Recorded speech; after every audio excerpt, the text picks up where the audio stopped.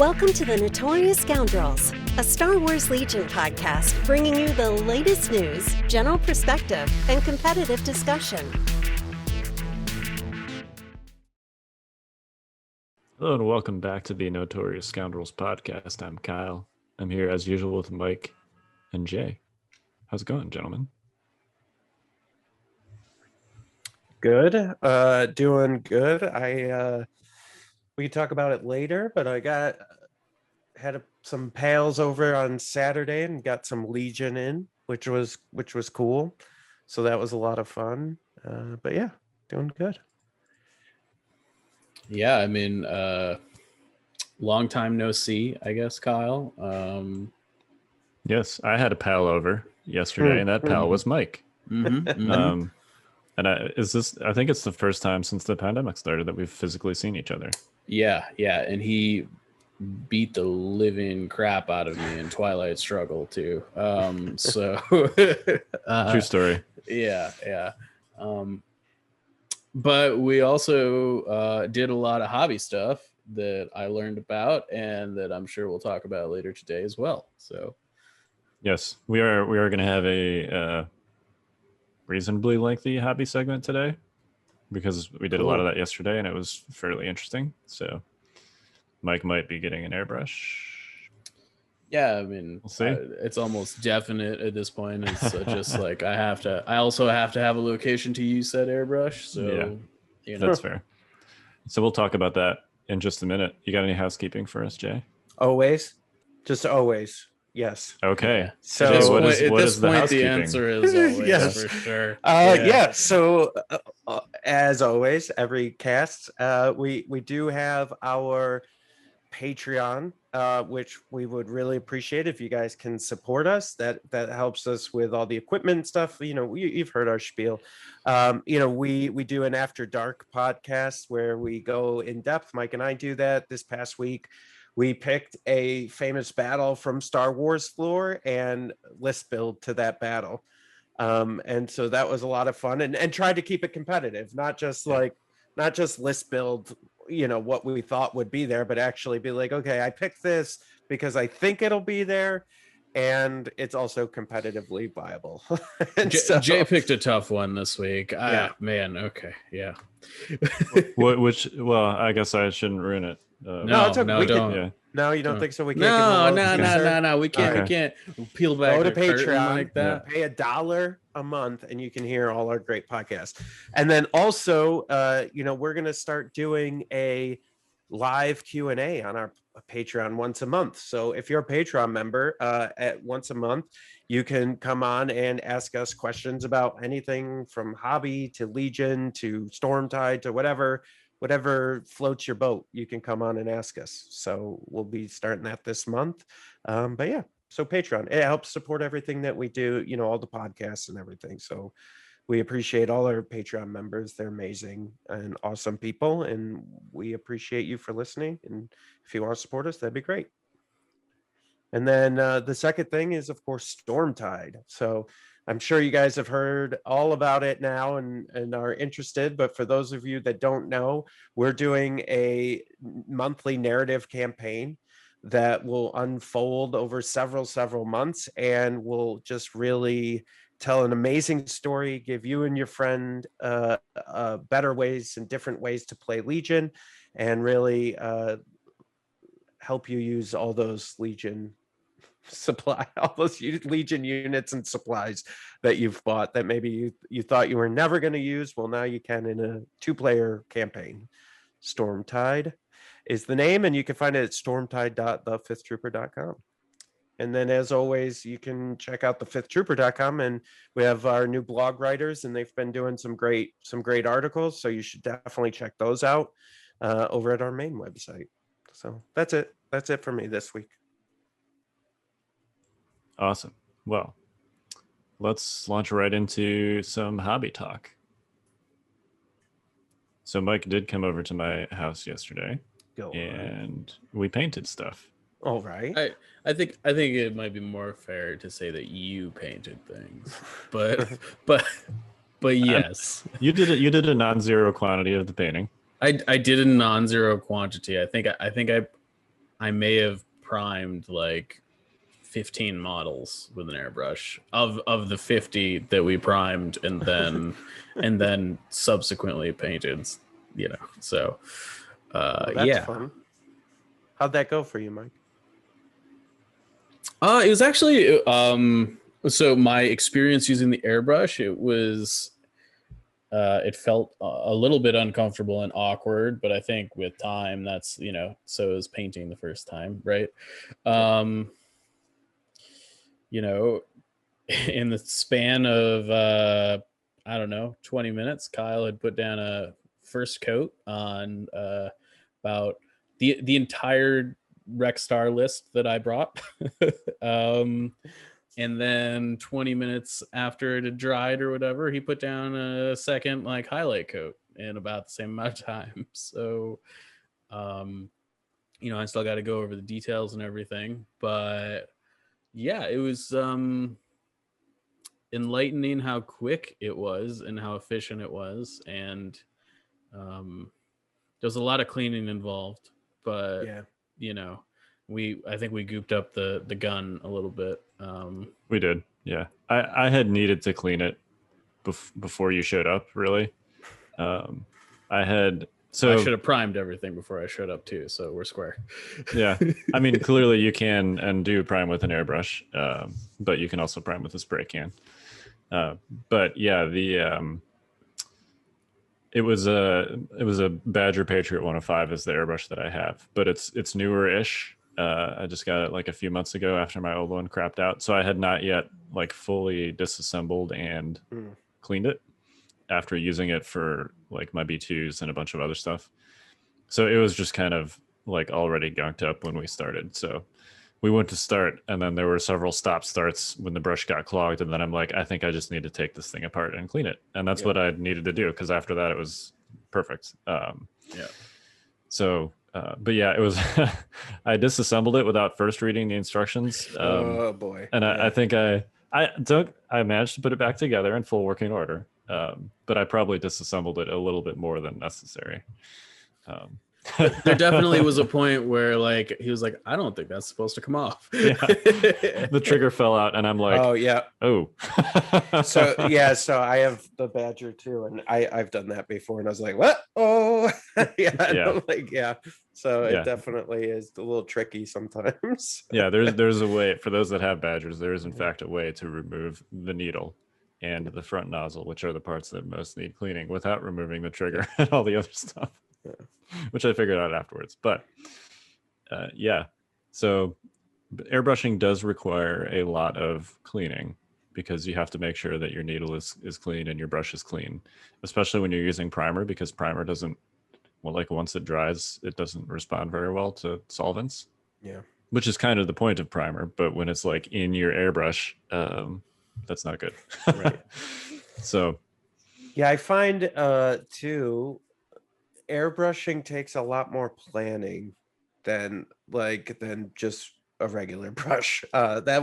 That's my, like, I'm newer to airbrushing as well, and I've been just practicing and trying different stuff, and that was the first thing I noticed. I was like, I should have planned a little bit better, because I wasn't ready for this. It's not like with brushes where I'm just like, yeah, here are all my paints, and oh yeah, I'm gonna paint this color now. It's a way different process, and time consuming from the cleaning and everything, right, to switch to a new paint. So it's a little bit different. Right. But if it takes you, Mike said, I think it was like 20 minutes, to do the armor. I don't think that's exaggerating. I think that's about what it was. That was about what it took for, a 40 model, 45 model list, because we did all my specialists and stuff too. So yeah. So if you can do, 45 models in 20 minutes and then have to spend 5-10 minutes cleaning afterwards, that's still a time saver. Yeah. I mean, it would have taken me 8 hours easy to do what we did with an airbrush, for sure. So are you gonna buy one? Yeah, I mean, eventually I'm gonna buy one. In fact, there is still like 10 ARC models at your house that we left there because we didn't get to them. Yes, and I will get to them before Saturday.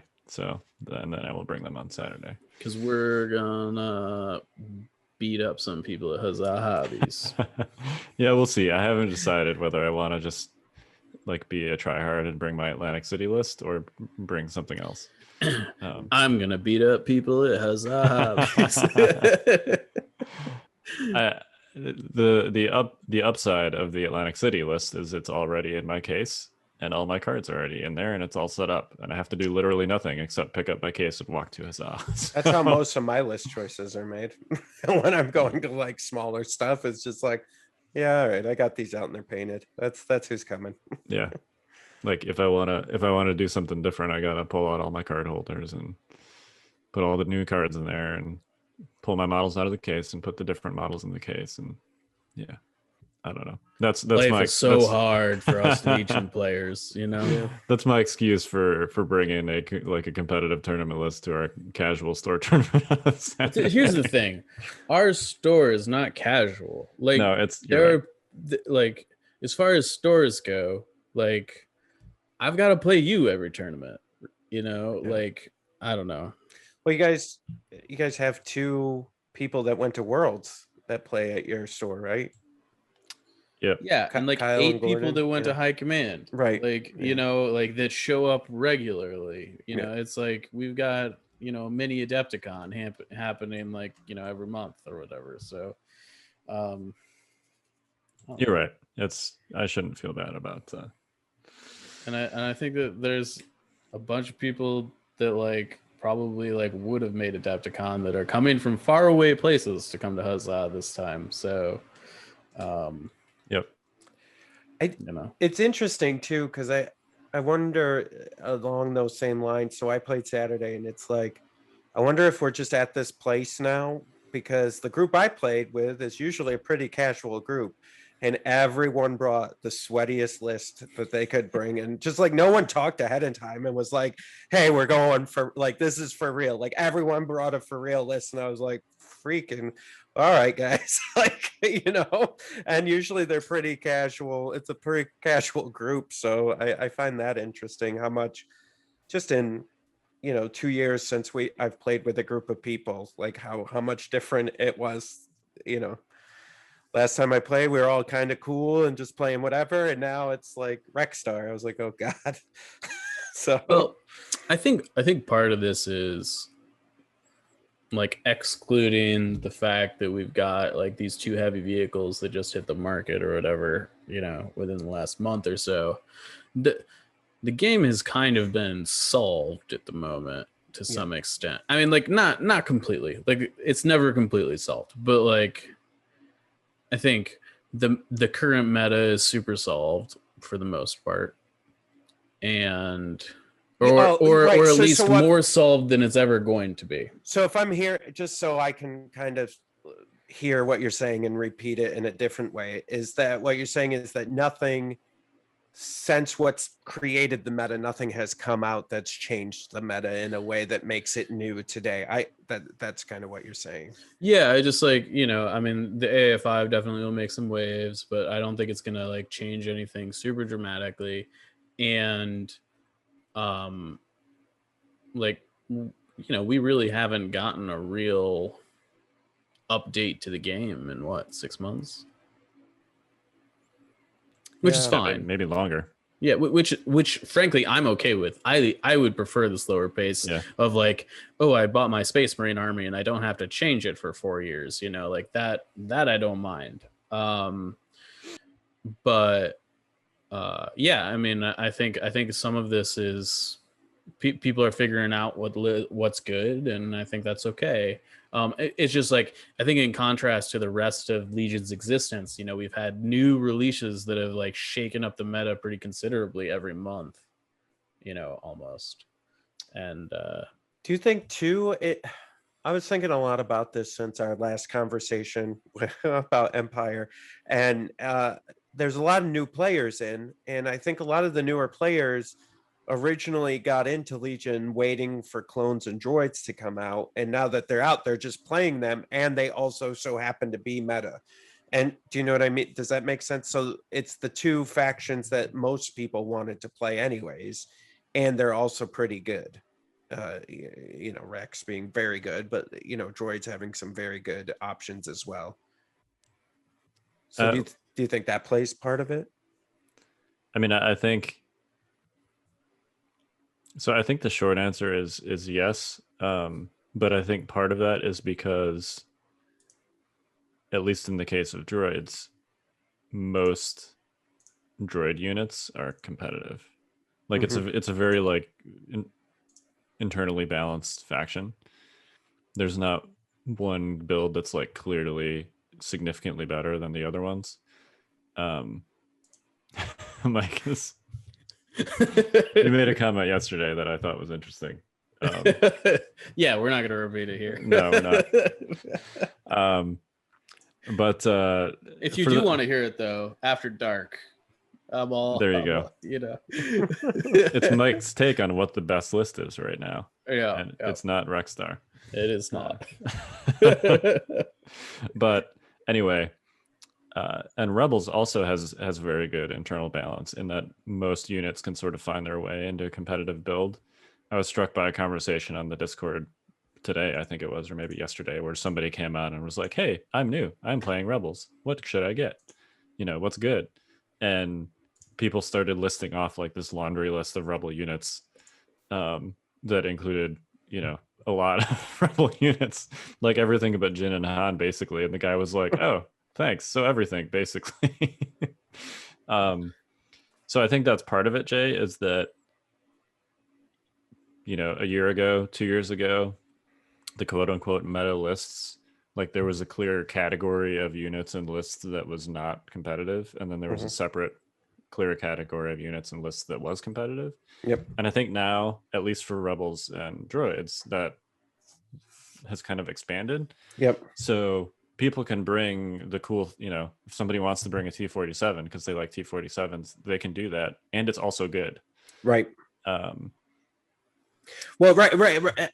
As I see what you're saying. Because as an example, like you could almost bring like a Hoth list, and that could be good. Like Leia Vets R2 double airspeeder is a potentially a really good list, and it's also theme. So now you got your theme. Right. Yeah. I also think, to some degree, as far as like you're talking about the droids and the Republic stuff, I also think Empire and to some extent Rebels suffer a little bit from like FFG was learning syndrome, as far as like the new sculpts for everything look dope. Yeah. They all look really, really good. And like, not that the original stuff doesn't, but like, the original Stormtroopers were like fine. They don't go together super well. They're kind of, like fitting them into the sockets is kind of a pain, and like the Rebel Troopers are okay, but I think like when you compare them to like, the B1s and B2s and phase 2s, the phase 1s are fine. But like once they moved to the hard plastic, I think it was like a pretty substantial, I'm like putting together these ARC troopers and I'm like, dang, these are like some fine models, and yeah. And from the artistic side, right? Like I think once you have more options, the creativity then starts flowing even more. So things that maybe you could have done with softer plastics before, you didn't even think about because you felt like maybe you were in a box, right? And now that you're outside the box, you're going, anything's possible, and you just start doing crazy stuff, And so that's fair too. And I think too, as the game matured from a development standpoint, I think they started adding keywords and looking at stuff differently that just makes the newer units better as well, right? Because they have cool keywords that they didn't really think about before or weren't ready to institute before, maybe. That's definitely a controversial topic. I think there's a lot of people out there that would say there's too many keywords on the newer units. Yeah, I mean, to some degree, yes. I think that's probably fair. Like, ARC troopers clearly have a lot of good keywords. Yeah, they do. You know, They got a lot going on. but I think outside of that, I'm not sure I completely agree. Like, I don't think there's a ton of keyword bloat on the rest of the new units generally. And they've also gone back and added some keywords to old units, right? Like 2 of the units that got, I think, some of the most effective love from the last balance update are Wookiees and the T-47. I mean, in fairness, and this is just me nitpicking, the Wookiees didn't get a new keyword. They just got it boiled into the Wookiee Trooper thing. No, right? they actually got like scale printed on their card, Oh, okay. I All right. think. And Duelist.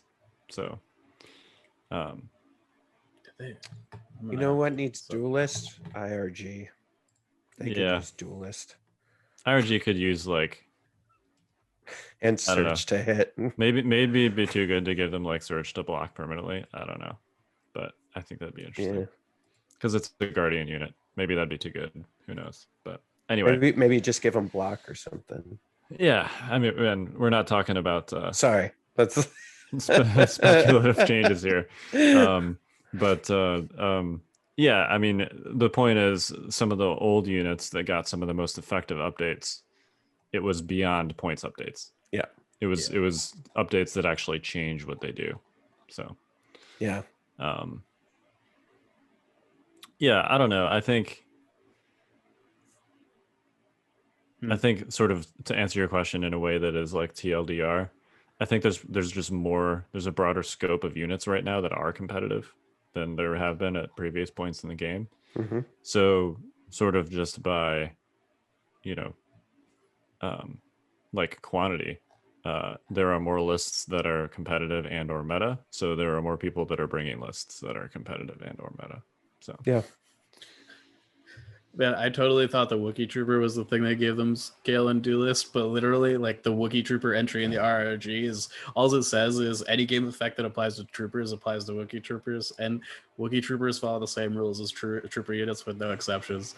And I'm just thinking, like, so it does nothing basically. yeah, which is why I just kind of like assumed that it added scale because, like, why, whatever.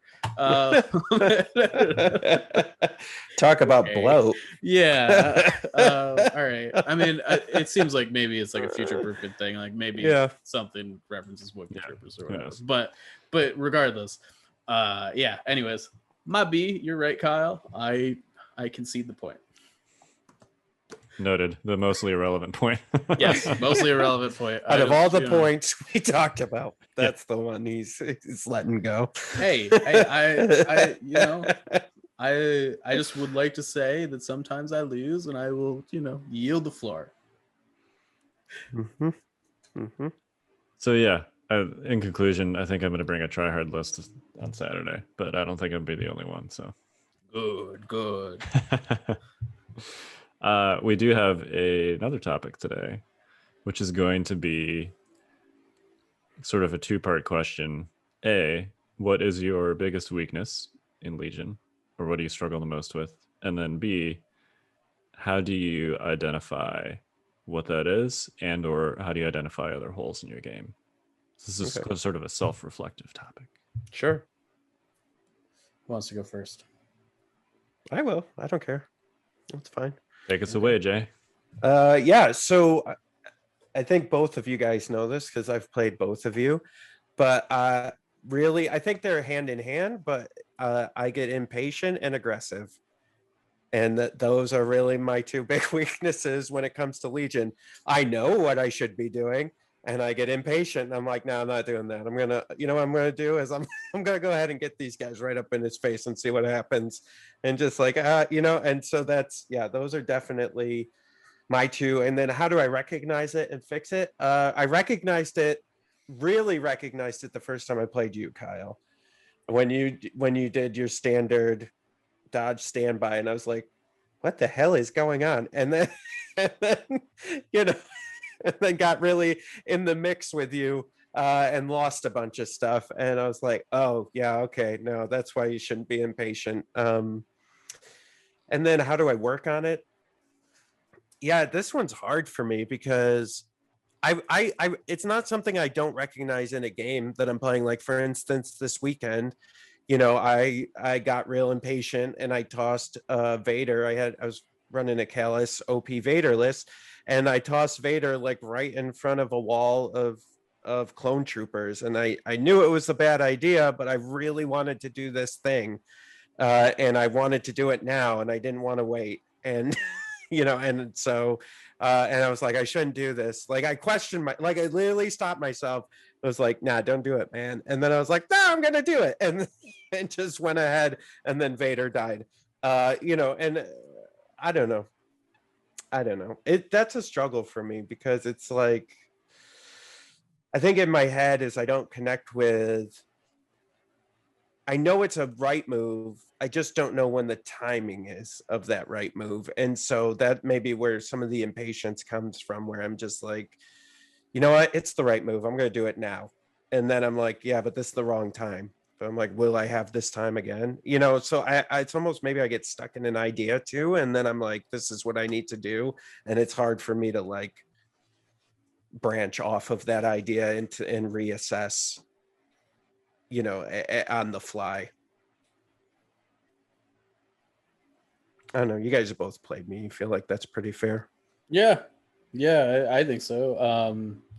I mean, I think the thing that I maybe noticed the most is, it's like you said, like, I think it's the like, you generally are doing the right thing, it's just at the wrong time. And I generally like, and I think that some of it is just like the order in which you activate your units intentionally, you know, right? Mhm. Like, you're like, I have a plan, and you execute the plan at the beginning of the turn. Yep. Right. And I think that I've seen you do that a lot. And in the back of my mind, I'm always like, this would be going super hot for him if he just executed it at the end of the turn. And part of me feels like you go through it and you're like, maybe something will get screwed up and I won't be able to execute it the way I want to. So therefore I have to execute it immediately. Yep. But the fact of the matter is, it's much safer generally and much more predictable to execute it towards the tail end of a turn normally. Yeah.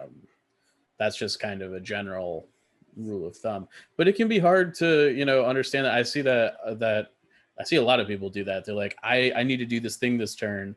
You know, a lot of times I'll see people like claim a box early in a turn when it was really like a timing neutral thing that they really, or it puts that unit in danger. Like they're like, I know I need to claim this box this turn, and they do it early, which means that unit can get shot.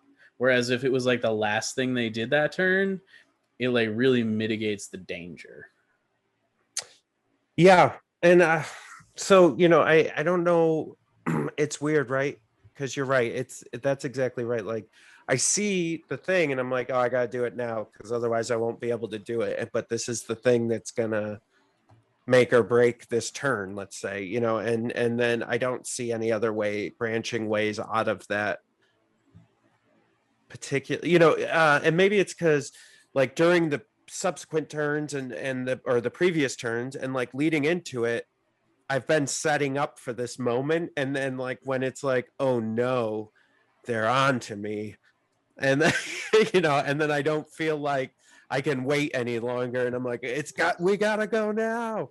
And yeah, it's not always bad. Sometimes it's a 50-50, but that's not good. No, you want it to be like a 95-5. Yeah. But maybe that's my biggest problem is I mostly run everything on a 50-50. I go, I don't know. Flip a coin, it may work. Yeah, if at any point in the game you're basically facing a situation where there's like a 50% chance that you could just lose if you do something, you've probably made a mistake. Yeah, and you probably shouldn't do it. Right. Just to be clear. Yeah. Yep. But, you know, and I think a lot of players get this, is that, especially, we can use my example, like with Vader, you're like, he could survive this. Like there's a solid chance. And then you're like, oh shit, I forgot the fire support. And now that's 18 dice. And then, oh my God, he rolled 12 crits. How is that even possible? And, you know, and then And then Vader's dead. No, I mean everybody does that. I've done that Yeah. like at critical moments in games, So Anyway, so there's mine. I'll go next. I always make you guys like go first, so I can go next. So I think my problem is kind of the opposite of Jay's, and it's that maybe sometimes I'm a little bit too conservative. Yup. Usually that's like an asset because I think a lot of players share that weakness that you just described, Jay. And if you're conservative, it plays very well into that. And it's a very reliable way to basically establish control in a game and then keep it. And that's usually how I win, most of my games. But there are definitely times where doing that kind of either slowly bleeds you to death against someone else, like another list that can do it better, or maybe you sort of incorrectly assess that the status quo is better for you than it is your opponent. And then by the time you realize that it's not, you've lost too much time and you can't change it. So I've realized this a couple times, but we already talked about Atlantic City, but I feel like the small B2 list that I've been running, I finally, maybe something clicked in my brain that's a good list to run aggressively.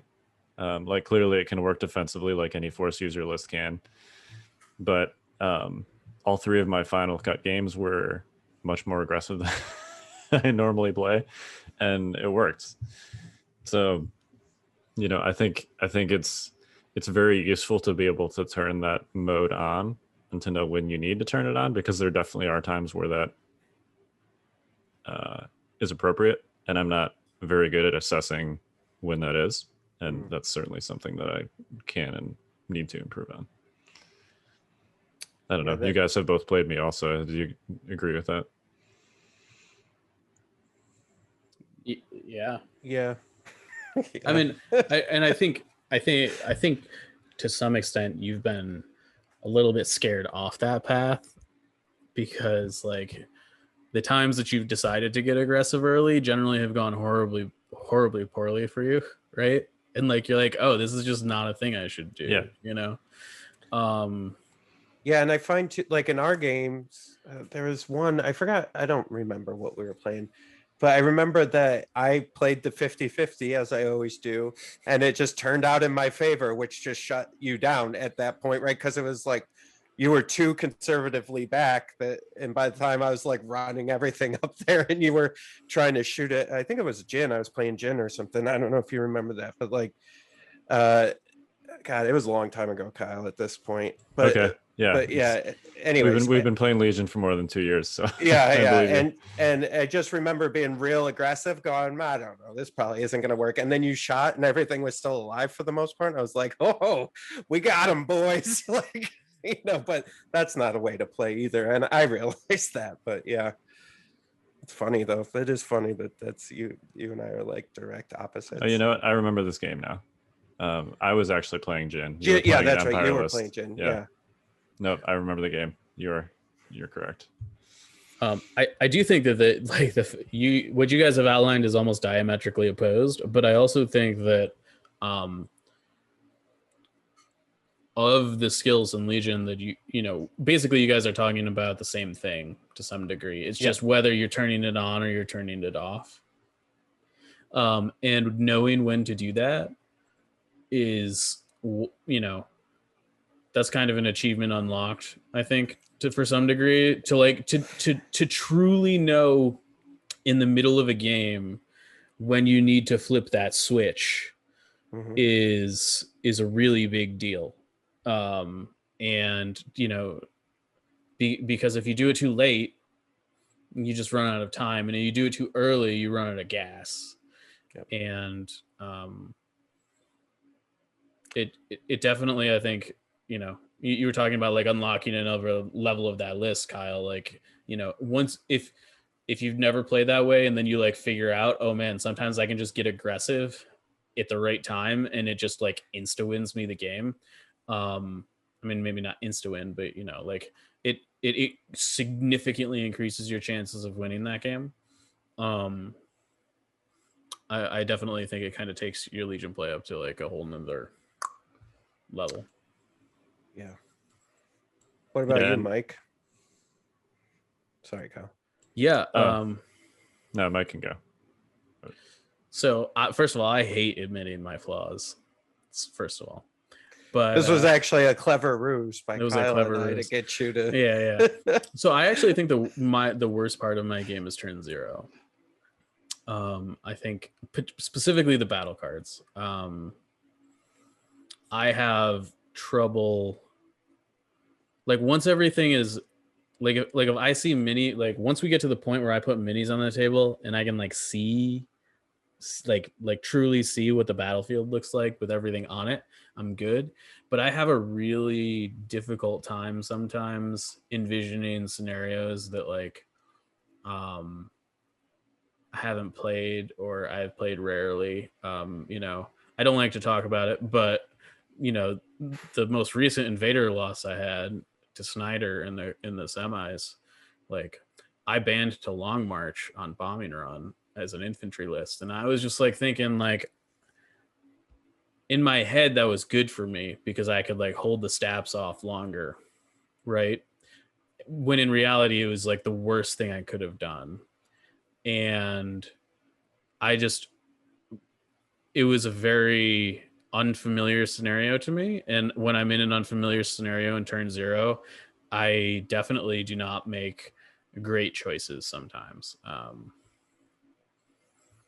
So that definitely is something I need to work on. I also hate turn 0. So it makes me not want to work on it though. You know, I think it's the worst part about this game. And so I'm like, oh, this it's so stupid. I really don't want to have to deal with it. I don't want to think about it. Yeah. And because I kind of like throw it away as this irrelevant, stupid thing, it's like still something I have to do to play the game, right? But it makes me really feel like I don't want to work on it, you know? I love it. It's one of my favorite parts of Legion. Yeah, I mean, I'm 50-50 on it. It depends on the game. Sometimes I'm in Mike's camp. I'm like, I hate turn 0, and then sometimes I'm like, yeah, that's all right. But yeah, isn't that funny too? And I think I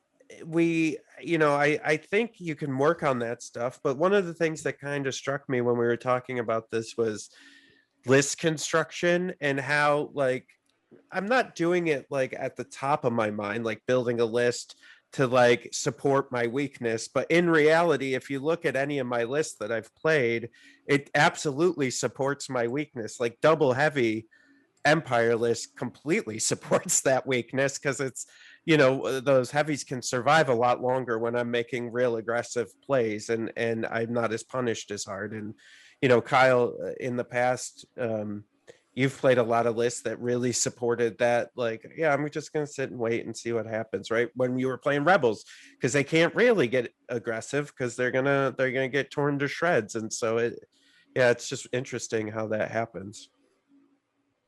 And Mike burned all his turn 0 cards in front of me. It was crazy. So he's done it now. No, but I would love to. I would love to burn all my turn 0 cards. I'd like to just vent them out the airlock and never have to think about them again. See, and that's so funny. That's one of the things I think made this game so much better than Warhammer. I think, just to be clear, like I think it was fine before Vital Assets. It was getting stale. There are some situations where you can essentially like prevent your opponent from being able to play the game before it starts. Yeah. And I think that's more a symptom of the individual cards themselves than the process, if that makes sense.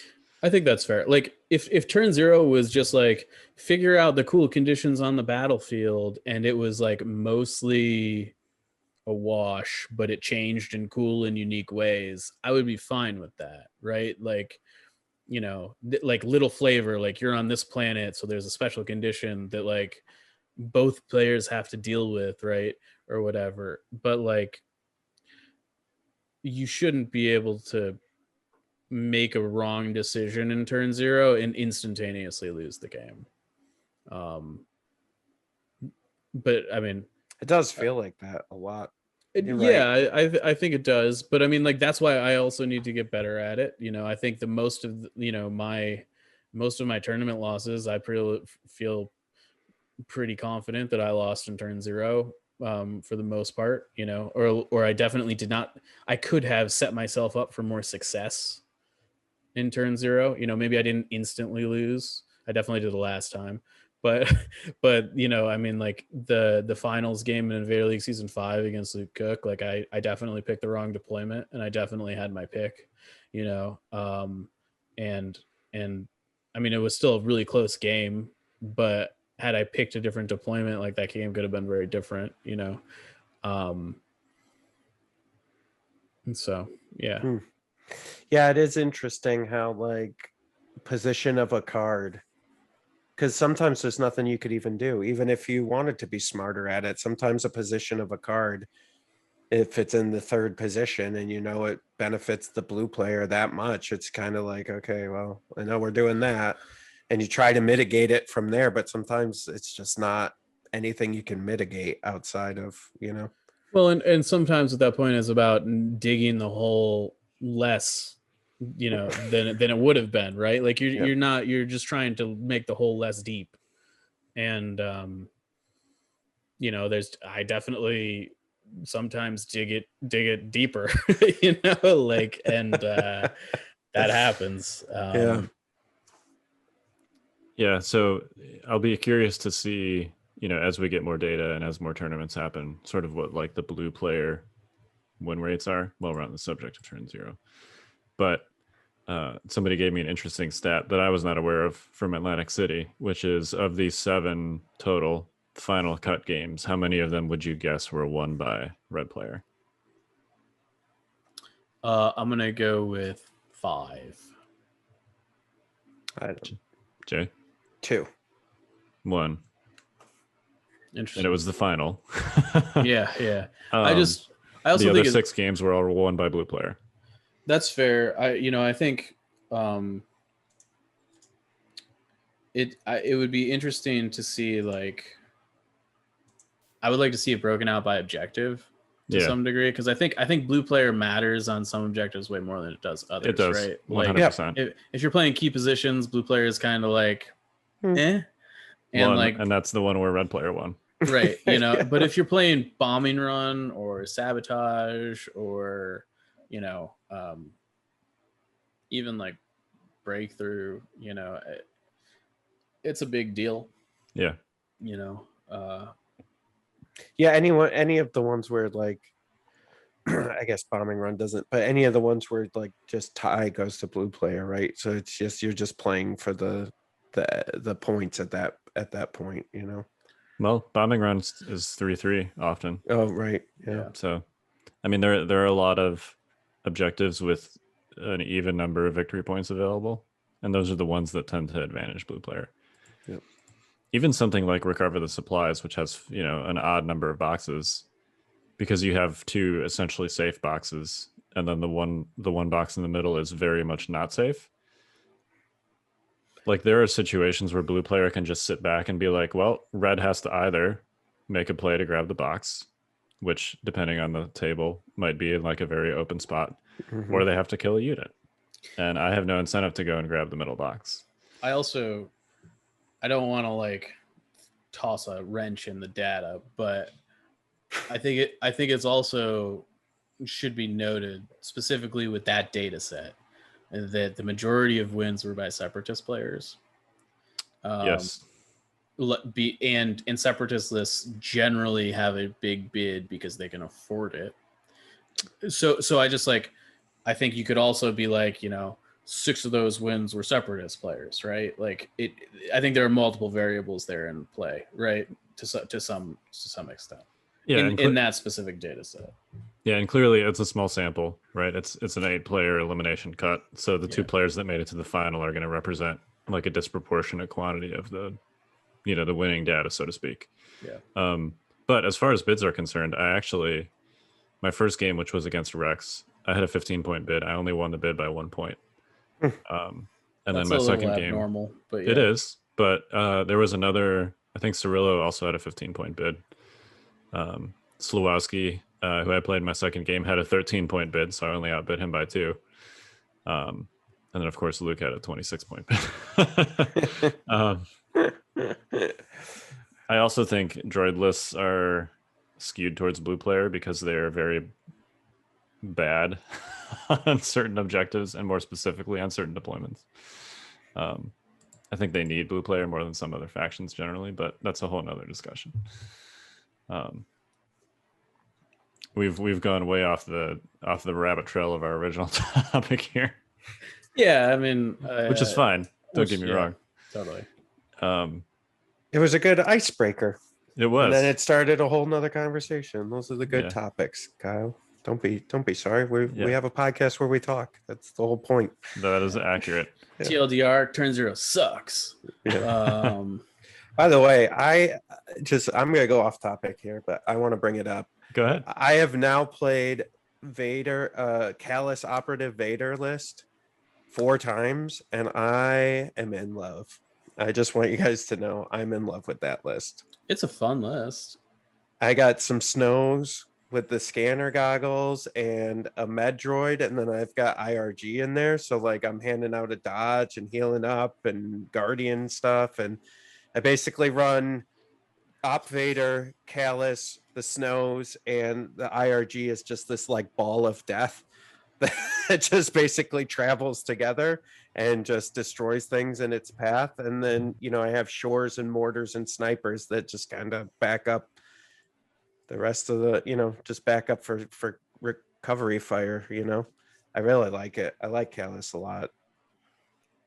I have no idea if it's like great, but it's fun and it's reasonably good. And even though I made that mistake with Vader against a Rex Star list and got cloned out, but Vader got cloned out, it was a lot closer than I thought it was going to be, for sure. So sure.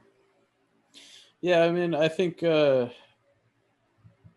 told you this offcast, like I just think it's like missing that little bit of spice, like it's Yeah, I think if the IRG had a little bit more or something, you're right, just something had a little bit more, it would be pretty dang. Well, because you're taking the IRG without a heavy, right? Yeah. So like you've got a bunch of units that aren't Callus and Vader that are like sort of half put together, which like, okay, if Callus and Vader made up for that, I think it would be fine, but I'm not sure that they like quite make up enough, Again, 50-50. Some games they do, some games they don't. It's a real toss-up. Sometimes Vader comes through and takes out 2-3 units, right, without even like thinking about it, and then Callus is sitting there shooting stuff and taking out things too. And then sometimes they both die. I don't know. It's a real 50-50 list, but I love it and it's fun, and I like the shenanigans with ISB and the command hand. That's a lot of fun. You definitely have a lot of control in that list for sure. Well, and we talked about this weeks ago about force users and like having them go last, and I always found in all the other force user lists that I've played with Vader or when I've ventured over to the Rebels for a few minutes is that it was like, it's hard to do that. It's not really inherently easy to do that. It's very difficult. And I just to clarify, to hold a force user to the last, to like, any force user or activate. Just Vader? Yeah, but any force user, I think. In my Luke and Vader experience, right? Sure. And this list makes it a lot easier and a lot more practical, I found. The way the command hand structure works and the way that things are, like it felt more practical, and like I always felt like I had an order on Vader and he was good and I could still do other stuff with the list. And I think part of that is I wonder, we've talked about Vader somewhat extensively in recent episodes and how proactive his entire command hand is. Yeah. When you throw Callus in there, you're essentially replacing some of Vader's cards with reactive command cards. Yeah.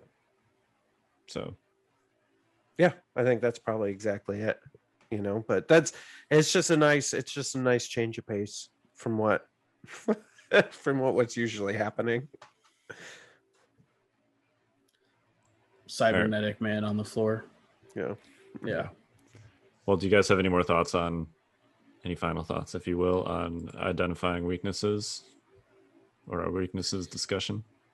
Sure. I would say for those of you thinking about this and thinking about what your weakness is and then going, well, how do I fix it? I would say that find other players, like we don't just talk about it here, but we discuss things. And like after playing Mike or Kyle, like they've told me similar things of like, yeah, you shouldn't have done that, or this was good, or, and I think that's the best way to kind of learn is be open and talk to other players and play, and then ask players afterwards, hey, what do you think I could have done better there? And just hear feedback from other people is probably your best move forward to kind of shore up some of that.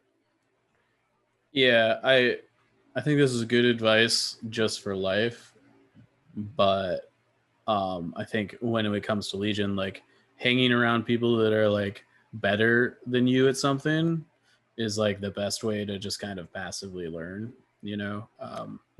And to like, you gotta, I mean, I'm not saying like drop your friends, but like, well, if they suck at Legion, you should drop them. Oh, no, I'm just kidding.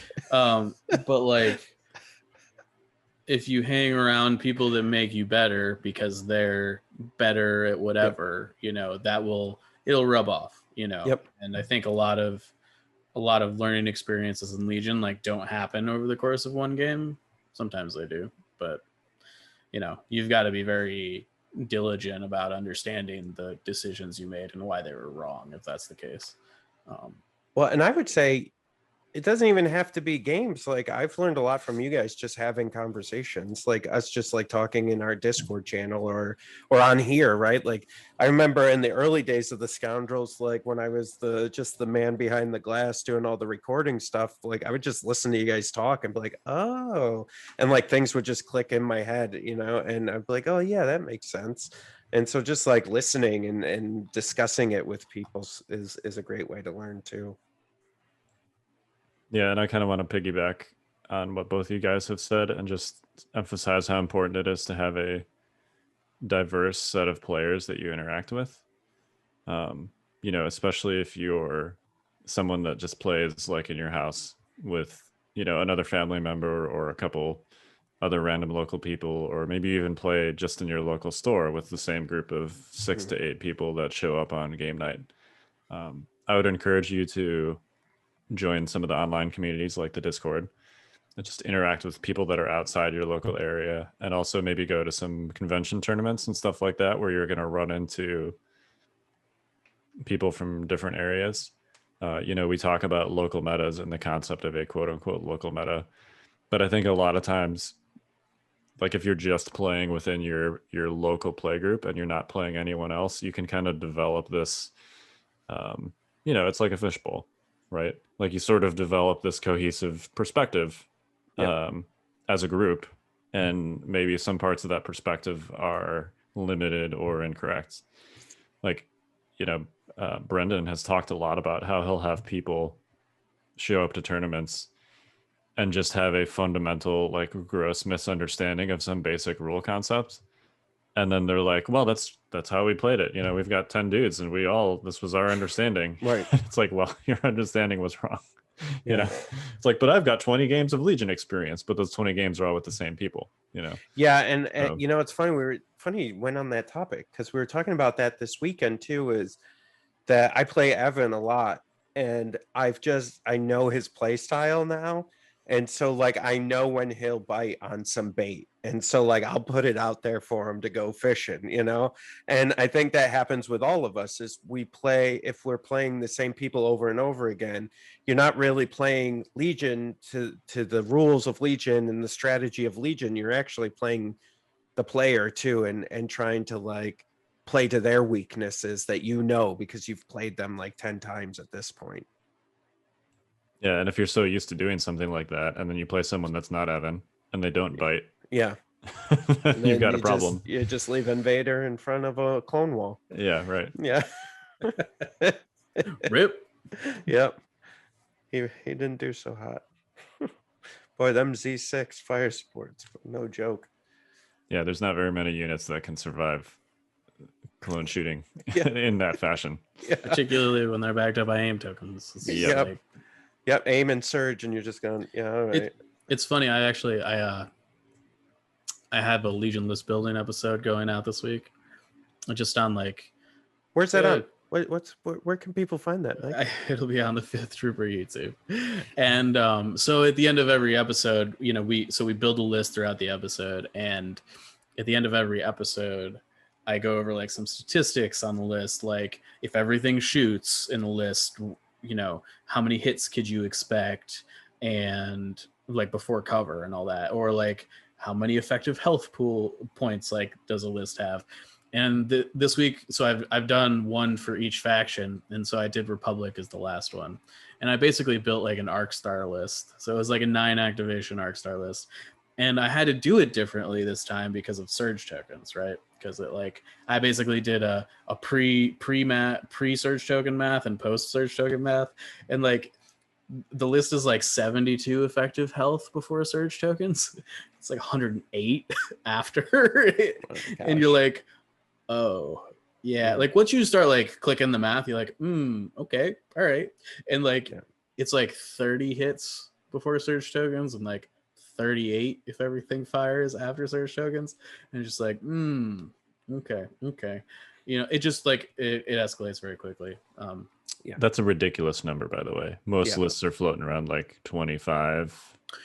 Totally. And like I actually in this episode I go back and I compare it against the list that we've built so far over the course of the series, and I'm like, you know, before surge tokens, this list on paper looks pretty fine, like it looks pretty fair, you know, whatever. And then like you add surge tokens and you're like, huh, okay. Yeah.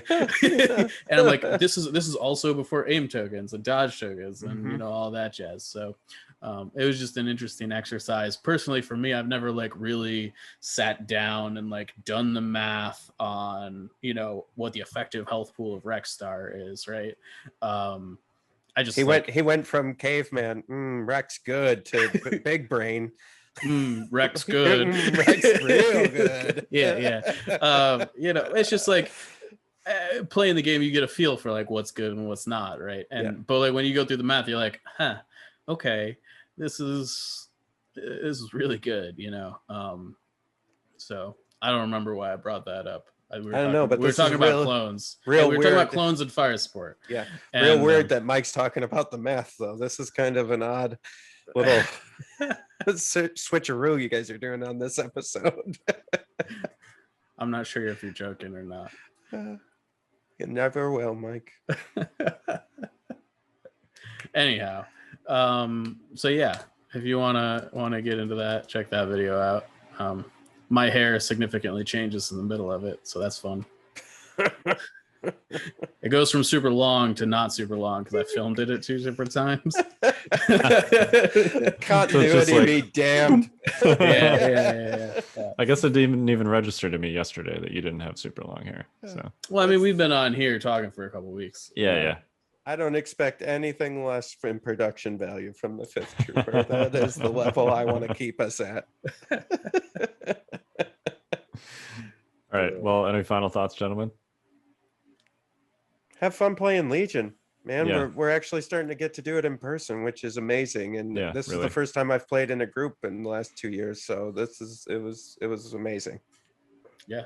And while you're playing in groups, play some Stormtide, which you'll hear more about, I think, in the coming weeks and months. For sure. You can't stop me from talking about it. Not anymore. Can't stop us now. Yeah. And there we go. Podcast got pulled. I don't think Mike singing it is the same as playing a recording. Oh, they try to pull up for everything, Kyle. Yeah. They had their way. Every word would be trademarked. I don't know who they is. I'm just a general. All right. Well, we are the Notorious Scoundrels. I'm Kyle. I'm Mike. And I'm Jay. Stay fresh, cheese bags.